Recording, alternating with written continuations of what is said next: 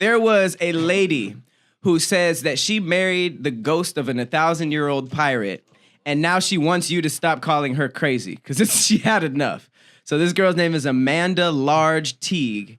And wait. That's a crazy name. Amanda Large Teague? Teague. I thought it was like a large T, like she wears a large size t-shirt. Nah, large horrible. Teague, like league, but with a T. And she said whilst meditating, she met the ghost of a 300-year-old Haitian pirate. I don't know how he hollered at her, but he did. And he said that they've been communicating for several months, and she was convinced that this was Jack Teague, who she later claimed had inspired the character of Jack Sparrow. So this was like the ghost of an old Johnny Depp. I mean, if you're gonna marry a pirate, ghost, he might as well be at least he was an interesting pirate. He was on, yeah. Yeah, he was great. So basically, they started smashing. Wait, what? Hold on. Wait a second. Yeah. This black ghost has all the things to do in the world. And he was like, you know what I need? Come back for some crazy...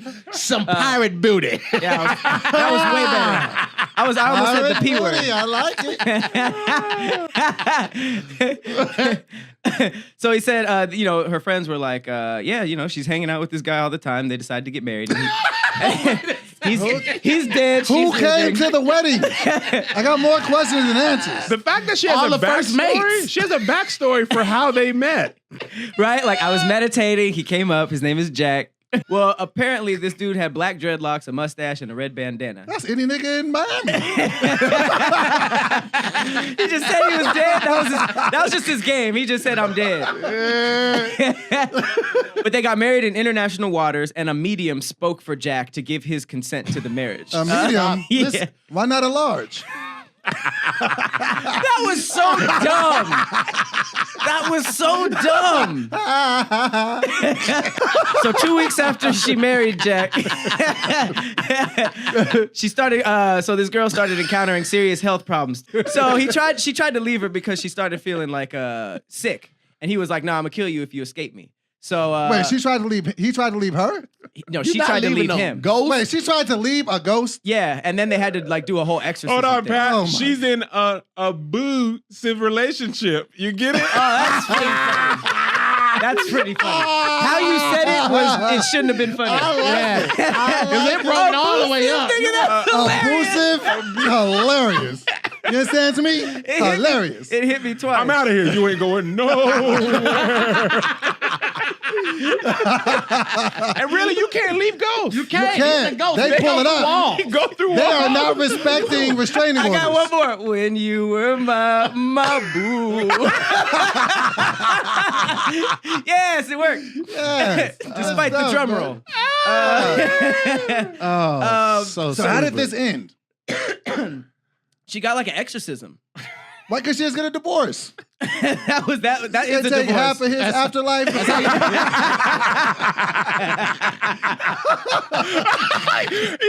invited his ghost home. He's like, yo, where the ring? And she done took the. She can't even drive it. Half the tombstone, half this pirate ship. She done took the haunted house. All his capes are gone. He ain't got not a good hat left. Took the haunted house. Yo, dude, that is gorgeous. That was funny. So she got an exorcism to get out of this. Yeah, and that's what you get. So for smashing when they ghosts. have an exorcism, that means the ghost dies. Nah, No, that just means it just like breaks the bond between the ghost and the person that they're Mhm. haunting. Like you So had then that, they can't haunt him no more? like remember you Supposedly. had that Brisket exorcism. Brisket The power of spice compels you. The power of spice. Oh, that's good. I gotta give it where it's at. That was good. The power of spice. The preacher uses a spatula. Be gone! Power of spice compels you is hilarious. Jeez Louise. The conspiracy corner. Cue the eerie music. Hey, Japanese girls in the darkness, what are you looking at? Oh no, she's gonna bring me to hell, and now I'm in hell. Oh no, ooh. Hey, Japanese girls in the dark. Japanese girls in the gaps in the house. Japanese girls in the dark. Ooh, Japanese girls in the gaps. Hey, our music is on point today. Hey, man. Slap in the face. So I found a couple of little mini stories that feature, these are urban myths in Japan. Now, if you're like me, I don't know what it is, but Asian people are just scarier in horror films. Like, if a little Asian girl just popped up in here, was like, hello, I'd be freaked out. But if it was like a little African boy, you'd be like, where are you supposed to be? Where do you come from, sir? But movies like The Ring and The Grudge that were taken from Japanese movies, the aesthetic has always been, they're masters of horror. So this particular urban legend is called The Girl from the Gap. And it kind of messed me up because I'm the type of person who doesn't like when people leave the doors like slightly cracked or anything. I don't know why, it just always freaked me out. It's something I got from my mom, and this made it worse. So the girl from the Gap is a female ghost that inhabits gaps between furniture. So doors, drawers, furnitures, all that kind of stuff. So she can be in any house, anywhere. And it said if you glance at her, you will find her looking at you from these gaps. So if you just happen to catch a little gap in a drawer or something like that, you'll see this little Asian girl's face. She will ask you to play hide and seek, and no matter what you say, she'll vanish and hide and seek will start. So even if you're like, nah, I'm good, she'll be like, all right, let's go. And then What's she much? She's a pushy little Asian girl. And it says, even though you met her gaze and all, you're pretty much safe afterwards. She won't kill you unless you see her again. So if you do happen to find her hiding again, the game will end. Which is basically the hide and seek, which is also creepy because that means she's hiding and looking at you, hoping that you see her. You don't find her. So regardless, if you see this girl the rest of your life, it's probably going to be shitty. But if you find her again, the game will end with her being the winner, and she will forcefully drag you into the gap. From there, she'll drag you all the way to the fiery depths of hell or another dimension, depends on where you hear it.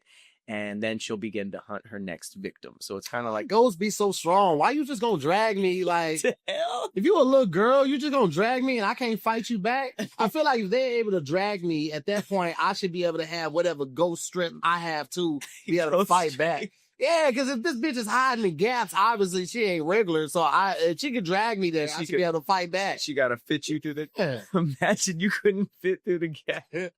You just stop at my cab and like, bitch, you gotta let me go. Sock drawer, like, let me go. I'll wait 2 minutes. That freaked me the shit out. I'm not even gonna lie to you.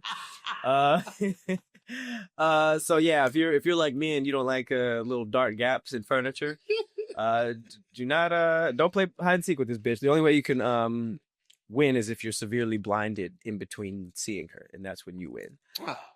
Which is also lose-lose. Yeah, you can never go to the movies again. You a bitch. I know, right? Gap is everywhere. It's just too big eye. The other one, which is actually voted number 1 on Ranker, is called Coochie Saki-Onna. I hope that didn't butcher that, yeah. But this one is creepy because it's like a choose your own death type of thing. So if you ever find yourself on a quiet, foggy street in Japan, probably find the most populated place because you might encounter the Coochie Saki-Onna. At first, you probably won't be too upset about running into the woman because she's fine. She basically just appears out of nowhere. She's bomb. She's gorgeous and demure, whatever that means. It says she's wearing a white surgical mask over her mouth. She asks you, "Am I beautiful?" You say yes because she's fine, right? Then she takes off her surgical mask and her mouth has been slit from ear to ear. Wow, this bitch is the Joker. Yeah, and then she says, "How about now?" So I still fuck. You probably would. You probably would get that mouth, that extendo mouth. That's such a guy thought to think like, oh, she got more mouth for my dick. Like, nigga, her regular mouth was enough. It was more than enough. She got more. She could fit balls in there. You see, up the balls. Guys, she's gonna visit your ass tonight. If you say no, she slices your mouth from ear to ear with a pair of scissors, giving you a beautiful smile just like hers. If you say yes, she allows you to leave and you think you've gotten off the hook, which is worse. But then when you arrive at home, she appears again, killing you in your own doorway. Damn. So I compliment the bitch and I still get killed? Hey, man, women. I don't know what that means. If you say maybe, this confuses her. You run. She's so flummoxed, didn't know that was a word, that she doesn't give chase and you escape. So, main part of this story is to just never compliment. Yeah, never compliment a woman, always confuse them. Just say maybe, and you will live to see another day. All right. Another creepy one was called the Akamanto, which takes place in a public bathroom. So there's a Japanese urban legend called the Akamanto, or the Red Cape, about some weirdo in a mask who hides out in the last stall of women's restrooms and asks his victims a question that's nearly impossible to answer. So you get the answer wrong, you die a horrible death. If you get it right, you live, but you've still been playing 20 questions in a bathroom with a ghost. So there's no really real win-win situation. I would lose that shit. Like, how do you turn an improper fraction into a fraction? I'm like, fuck. And then you'd be like, remember that. And then he'd be like, that sounded like a man. What are you doing in a woman's bath? So the legend is a cleaner. Imagine he's like, yo, I've never played this with a nigga before. The legend goes, Red Cape, he was extremely handsome in real life, attracting the attention of every woman who saw him. So he had bitches on bitches. He became so fed up with women desiring him only for his looks that he became wearing a white mask, a tradition that continued in death. So if you ever enter the last stall in a woman's restroom that he haunts, you'll hear his voice. So I just wanted to implement that fear into people's mind, because now you ain't going to look at no gaps. You ain't going to trust no pretty women in the street, and you for damn sure ain't going to go into the last stall in the bathroom. I'm even in a men's bathroom, I'm going to be thinking about this shit, because I don't play that shit. And the last stall, though, like either last stall or the first stall, those are usually the biggest ones. Like sometimes you need to stretch out. What do you mean? Like when you traveling and shit, man. Like I need the space for my suitcase. Mm. I gotta take my jacket off and hang that up. I need the space. And the biggest stalls be either the first or the last stalls. I'm going. So do you like stretch your legs into the other one? No, I don't do that. I mean, when it's small, I just have to, continue to what I have. But if I can get a bigger one, I'm going to the bigger one. Well, I mean, this is definitely something that I feel like everybody's going to think about in the bathroom, because there's actually I just found another bathroom one called Hanako-San, which is another bathroom one. What's the deal with Japanese and toilets? That's what the ranker said.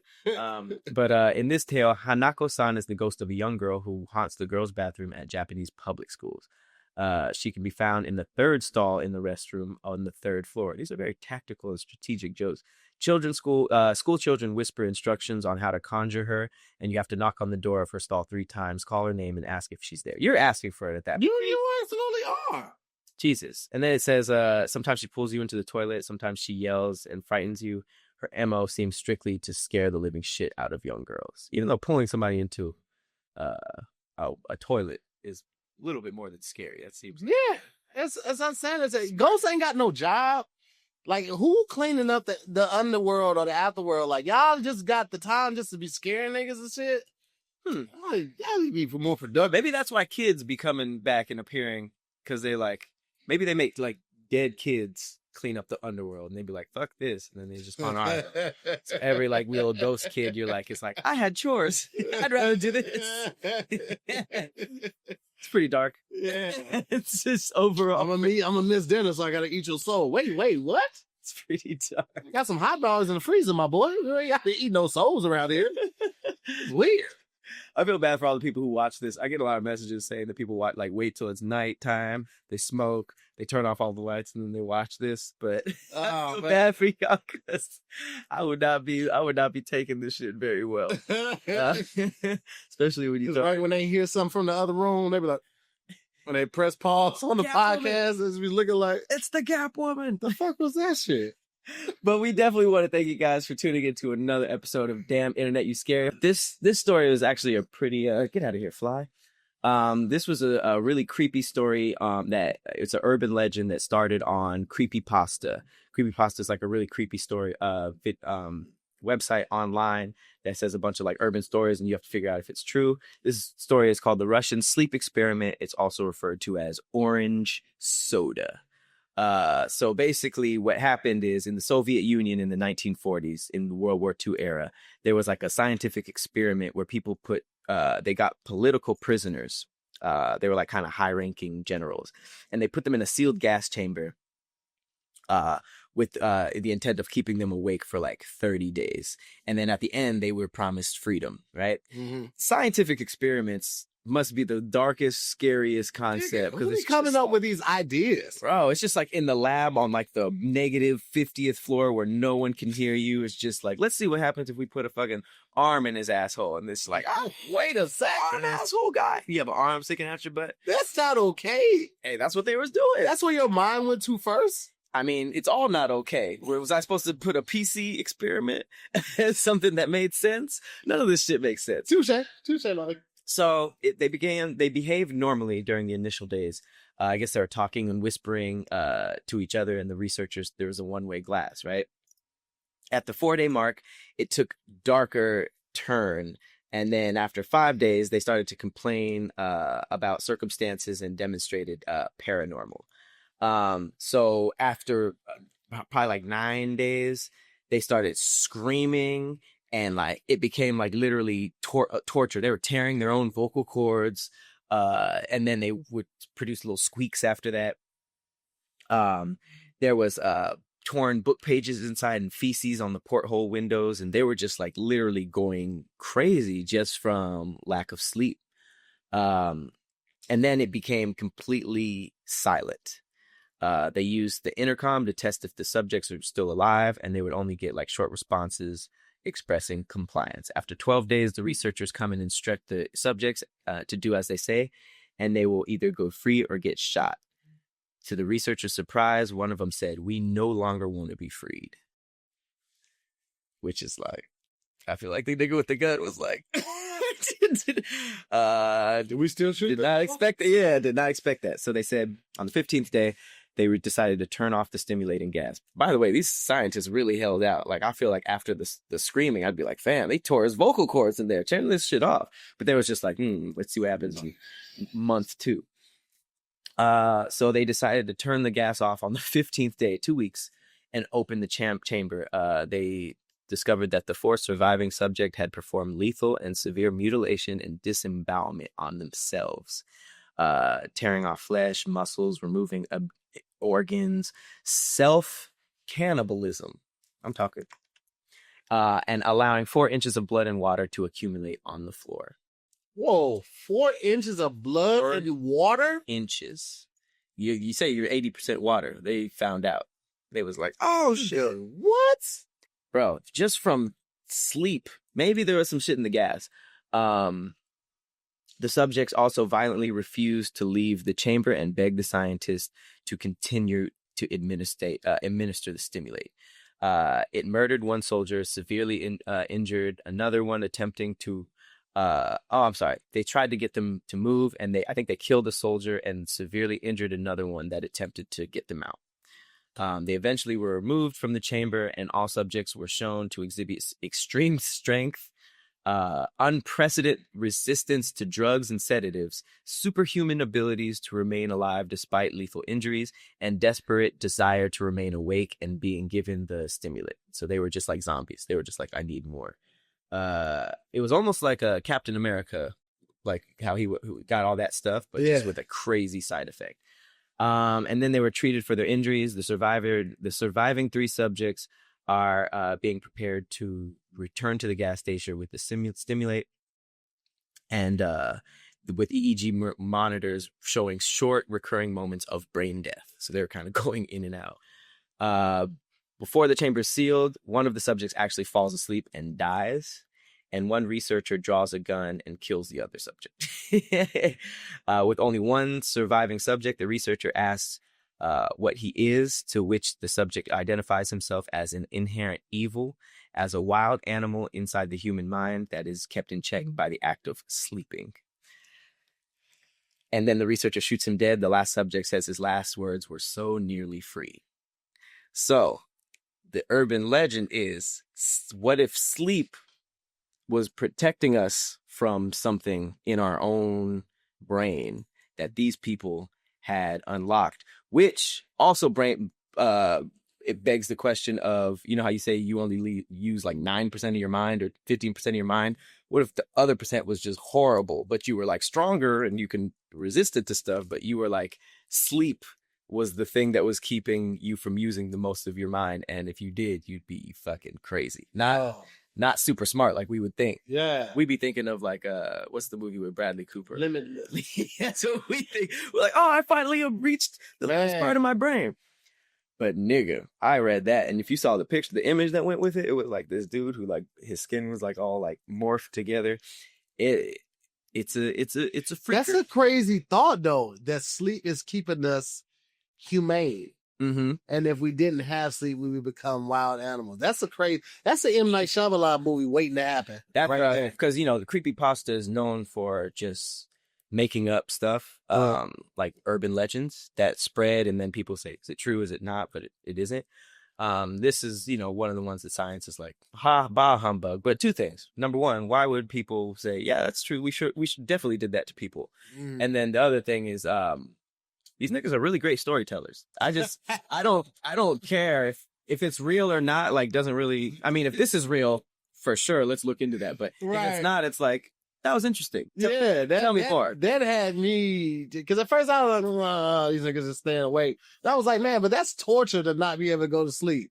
Being forced not to. So who knows if you still feel the sleepiness, you just can't physically fall asleep. That would be ass. I'm ass. If I stay up all night long at this point, I'll need a nap for 2 days straight afterwards. Like, I'm ass without my sleep now. Same. So to think about staying up for 2 whole weeks and not even being able to like get sleepy. I get sleepy so fast. What? I can't even day drink anymore, because if I drink a cup or two, I'll probably take a nap. Really? I cannot understand how people be like, go to day parties, get drunk, and then be like, what we doing tonight? Fire on some shit. I hate the what's the next move, nigga. The what's the next move, nigga? Hate that. Hey, man. The conspiracy corner. Cue the eerie music.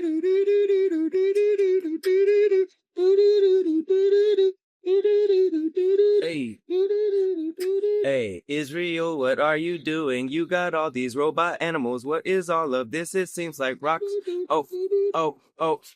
I couldn't do both. Yeah, I know. You try to rap and try to beat, it's hard. I'm trying to be like Sugar Free. Man, that was, I did. Yeah. When he was going with it, I was like, that's talent. So I tried to do that many times and started singing, like, the beat was tight. Happy Birthday. Yeah. Shout out to Such people, yeah, man. Jesus, can do it. It was a PhD in hip hop. But this might be my favorite conspiracy so far. All right, I was saving it for the comeback. Robot spy sharks in Israel.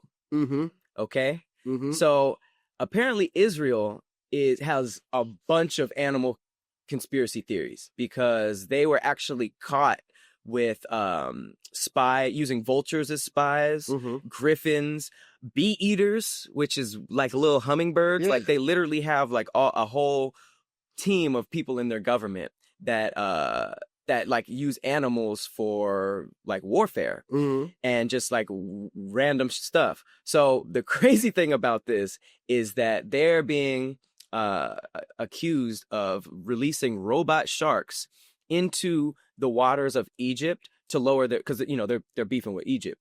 And it seems ridiculous, but then I kind of did some diving, because they want to help. They want to hurt the tourism. No pun intended. Damn, I missed that. I wanted to do some diving. But they're trying to ruin tourism, which, tourism is a huge part of Egypt and just, other countries in general. So it sounds ridiculous until you really like learn about it. So apparently, there's been a bunch of shark attacks in places that typically don't have sharks in them. And they basically said that the most recent shark attack was in June 2016, and spy sharks were delivered by shadowy internal organizations in a suitcase. So security forces basically. So how big was the suitcase that a shark could fit in it? Well, I'll show you. I guess they're That's a great question. I just picture a novelty huge. I don't think these are like big great whites, you know? Yeah, but even still, like to That's inflict a certain amount of damage, it has to be at least like a little 4 or bit. 5 feet big, right? Well, I think for the most part, it's to scare, because like that's the cool thing about this conspiracy is that sharks are just such a terrifying animal that even if you just saw the fin, everyone's out the water. Okay. And nobody messes true, with that. true. No one messes with that. So you could really have anything secret in the water that's being patrolled by these things. So get this, security forces tracked the fishing boat crew delivering a black suitcase from a giant boat that had international marks on it. And it was discovered that not one or two, but 3 sharks were in the black suitcase. And they were basically seen opening the suitcase and releasing these sharks into the water. And these sharks are known as secret agents, right? So it's been pretty much attacking tourism. Tourism declined by 51%. And it's kind of crazy because the beef between Israel and Egypt had sort of like boundaries. And once the boundaries changes, the shark locations moved too, which is another weird thing. So it says there's been 39 recorded shark attacks in Egypt since 1827. And basically all of them are related to trained shark warriors. So it says the war between Egypt and Israel were also the year sharks were first trained to attack the Egyptian shores. And once the foreign policies changed, it says that almost all the recorded shark attacks on Egypt's coast took place in the Mediterranean Sea. But after 1973, they all took place in the Red Sea along the border with Israel. So it kind of like shifted. And, you know, Israel is known for having spy animals, ducks, sharks, all this kind of stuff. But if you look at it, I actually found some so it sounds ridiculous, right? Yeah. So this is a shark toy that's $80 and is found in toy stores, right? So obviously it looks like a robot. Right. And it kind of like, you know, swims like a robot. I'll show you a quick video. Robo shark. So this is available for us.